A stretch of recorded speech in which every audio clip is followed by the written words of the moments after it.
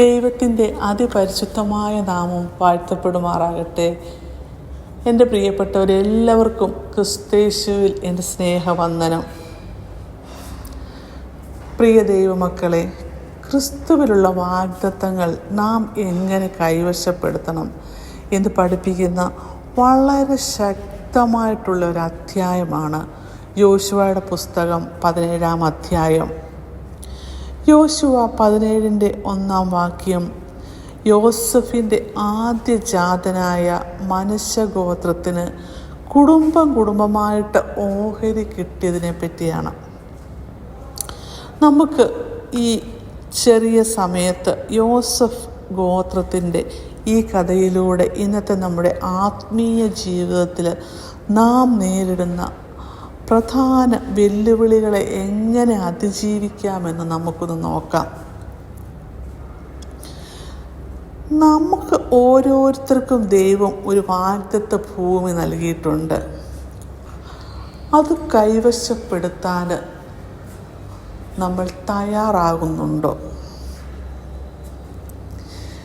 നിയമപരമായ ഓഹരിക്ക് അർഹതയില്ലാത്ത 5 സഹോദരിമാർ, സെലോഫഹാദിൻ്റെ പുത്രിമാർ, അവർ പിതാവിൻ്റെ പേര് മാഞ്ഞു പോകാതിരിക്കാൻ വേണ്ടി തങ്ങൾക്കും ഓഹരി വേണമെന്ന് ആവശ്യപ്പെട്ട് യോശുവയുടെ മുമ്പാകെ വന്നു. അവരുടെ വിശ്വാസം എൻ്റെ പ്രിയപ്പെട്ടവരെ എത്ര വലുതാണ്! യോശുവ 17-ാം അധ്യായം 4-ാം വാക്യത്തിൽ പറയുന്നു, അതുകൊണ്ട് അവർ പുരോഹിതനായ എലെയാസാരിൻ്റെയും യോശുവയുടെയും പ്രഭുക്കന്മാരുടെയും മുമ്പാകെ ചെന്ന്, മോശ സഹോദരന്മാരുടെ ഇടയിൽ ഞങ്ങൾക്ക് ഓഹരി തരുവാൻ യഹോവ മോശയോട് കൽപ്പിച്ചിട്ടുണ്ട് എന്ന് പറഞ്ഞു. യഥാർത്ഥത്തിൽ മോശയുടെ കാലത്ത് തന്നെ അവർ ഈ ആവശ്യം ഉന്നയിച്ചിട്ടുണ്ടായിരുന്നു. ദൈവം അത് അംഗീകരിച്ചതുമാണ്. അവരുടെ ധീരമായിട്ടുള്ള ആവശ്യം ദൈവത്തിൻ്റെ ആ നിയമത്തെ മാറിമറിച്ചു. സംഖ്യാപുസ്തകം 27-ാം അധ്യായം 7-ാം വാക്യത്തിൽ, നീ പറയേണ്ടത് സെലോഫഹാദിൻ്റെ പുത്രിമാർ പറയുന്നത് ന്യായമാകുന്നു. അവരുടെ പിതാവിൻ്റെ സഹോദരന്മാരുടെ ഇടയിൽ അവർക്ക് ഒരു അവകാശം കൊടുക്കണം. ഇതിനെപ്പറ്റി സംഖ്യാപുസ്തകത്തിൽ പറഞ്ഞിട്ടുണ്ട്. ഇതും ഇന്നത്തെ നമ്മുടെ ജീവിതവുമായിട്ട് എന്താണ് പ്രസക്തി എന്ന് നമുക്ക് നോക്കാം. ക്രിസ്തുവിലുള്ള രക്ഷയും ദൈവമക്കളുടെ അവകാശവുമാണ് നമ്മുടെ അവകാശം. അത് ഭയം കൊണ്ടോ ലോകത്തിൻ്റെ നിയമങ്ങൾ കൊണ്ടോ നമ്മുടെ ആത്മീയ അവകാശങ്ങളെ നമ്മൾ നഷ്ടപ്പെടുത്തരുത്. ദൈവത്തിൻ്റെ വാഗ്ദത്തത്തിൽ വിശ്വസിച്ച് ധൈര്യത്തോടെ നമുക്ക് അവകാശപ്പെടുവാൻ സാധിക്കണം. എബ്രായർ 4-16 വാക്യം ഇപ്രകാരം പറയുന്നു, അതുകൊണ്ട് കരുണ ലഭിപ്പാനും തക്ക സമയത്ത് സഹായത്തിനുള്ള കൃപ കിട്ടുവാനും നാം ധൈര്യത്തോടെ കൃപാസനത്തിന് അടുത്ത് ചെല്ലുക. മനശ്ശെ ഗോത്രക്കാർക്ക് കനാന്യരെ പൂർണ്ണമായിട്ടും പുറത്താക്കുവാൻ കഴിഞ്ഞിട്ടില്ലായിരുന്നു. കഴിഞ്ഞ അധ്യായത്തിൽ നമ്മളത് കണ്ടതാണ്. എന്തുകൊണ്ട്? പൂർണ്ണമായും അനുസരണം അവർക്കുണ്ടായിരുന്നില്ല.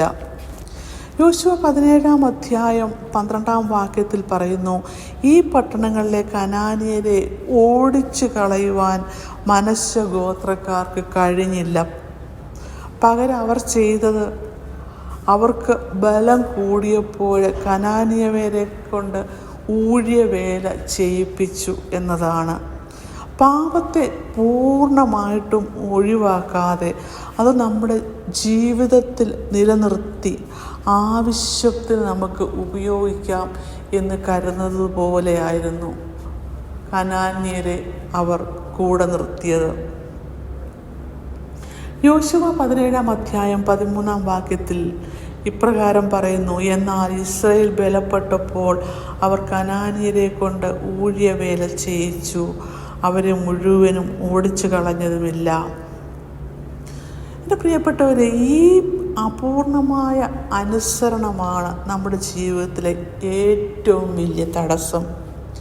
നമ്മുടെ ജീവിതത്തിലെ കനാന്യർ, ഞാൻ പഴയ പ്രസംഗങ്ങളിൽ പറഞ്ഞതുപോലെ, നമ്മുടെ ദുശ്ശീലങ്ങളും പാപചിന്തകളും ആത്മീയതയുടെ ആലസ്യങ്ങളും ഒക്കെ പൂർണ്ണമായിട്ട് നീക്കം ചെയ്യാതെ നമ്മൾ അതിനെയൊക്കെ ഒപ്പം കൂട്ടുന്നത് ദൈവാനുഭവത്തിൻ്റെ ആ പൂർണ്ണതയെ തടയുന്നതാണ്.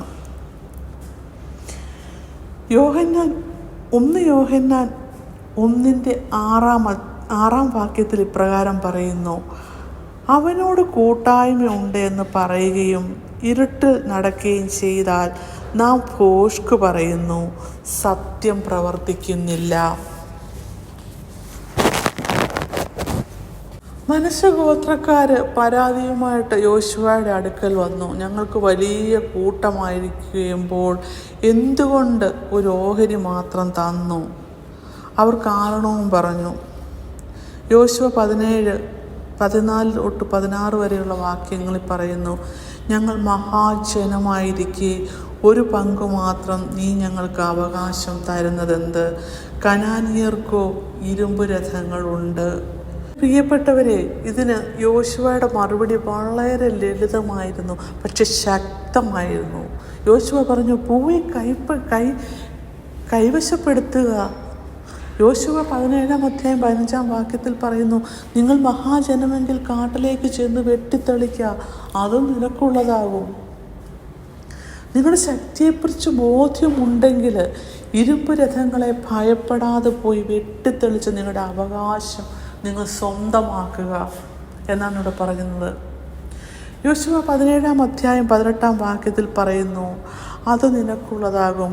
കനാന്യർക്ക് ഇരുമ്പ് രഥങ്ങളുണ്ടെങ്കിലും അവർ ബലവാന്മാരാകുന്നുവെങ്കിലും നിനക്ക് അവരെ ഓടിച്ചു കളയാം. നമ്മുടെ ജീവിതത്തിലെ ഇരുമ്പ് രഥങ്ങളെ നാം ഭയപ്പെടേണ്ടതില്ല പ്രിയപ്പെട്ടവരെ. നമ്മുടെ പരാതികൾക്ക് ദൈവം നൽകുന്ന മറുപടി എന്താണ്? പ്രവർത്തിക്കുക. പരാതി മതിയാക്കിയിട്ട് പ്രവർത്തിക്കുക. കർത്താവ് തന്ന അധികാരം ഉപയോഗിച്ച് നാം പ്രവർത്തിക്കുവാൻ തുടങ്ങുമ്പോൾ നമ്മുടെ കഷ്ടപ്പാടുകൾ നമ്മുടെ വിജയത്തിന് കാരണമായി മാറും. യോശുവ 14 നിന്ന് നമുക്ക് ഈ തീരുമാനങ്ങൾ എടുത്ത് ഇന്നത്തെ സന്ദേശം അവസാനിപ്പിക്കാം. ഒന്നാമത്തെ തീരുമാനം, ധൈര്യത്തോടെ നമുക്ക് ദൈവസന്നിധിയിൽ നമ്മുടെ അവകാശം ചോദിക്കാം. 2, പാപവുമായിട്ട് സന്ധി ചെയ്യരുത്. 3, പ്രവർത്തിക്കുക, പരാതിപ്പെടാതിരിക്കുക.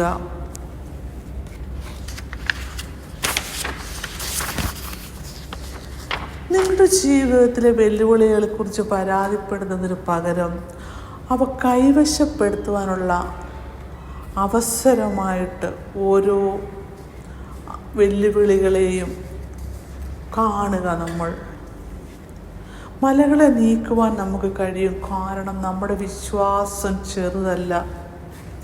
മത്തായിയുടെ സുവിശേഷം 17:20 വാക്യം ഇപ്രകാരം പറയുന്നു: നിങ്ങൾക്ക് കടുകുമണിയുടെ വിത്ത് പോലെയെങ്കിലും വിശ്വാസമുണ്ടെങ്കിൽ ഈ മലയോട് ഇവിടെ നിന്ന് അങ്ങോട്ട് മാറുക എന്ന് പറഞ്ഞാൽ അത് മാറും, നിങ്ങൾക്കൊന്നും അസാധ്യമാകുകയില്ല. ദൈവത്തിൻ്റെ കൃപയും ശക്തിയും എപ്പോഴും നമ്മോടൊപ്പമുണ്ട് പ്രിയപ്പെട്ടവരെ. നമുക്ക് ശക്തിപ്പെടാം, ധൈര്യമായിട്ടിരിക്കാം. നമ്മൾ പോകുന്നിടത്തെല്ലാം നമ്മുടെ ദൈവമായ യഹോവ നമ്മോട് കൂടെയുണ്ട്. യോശുവ 1:9 ഞാൻ നിന്നോട് കൽപ്പിച്ചിരിക്കുന്നുവല്ലോ, ശക്തിപ്പെടുക, ധൈര്യമായിരിക്കുക, ഭയപ്പെടരുത്, ഭ്രമിക്കരുത്. നീ പോകുന്നിടത്തൊക്കെയും ദൈവമായ യഹോവ നിന്നോട് കൂടെയുണ്ട്. എൻ്റെ പ്രിയപ്പെട്ടവരെ, നിങ്ങളെല്ലാം ദൈവം സമർത്ഥമായിട്ട് അനുഗ്രഹിക്കട്ടെ. ആമേൻ.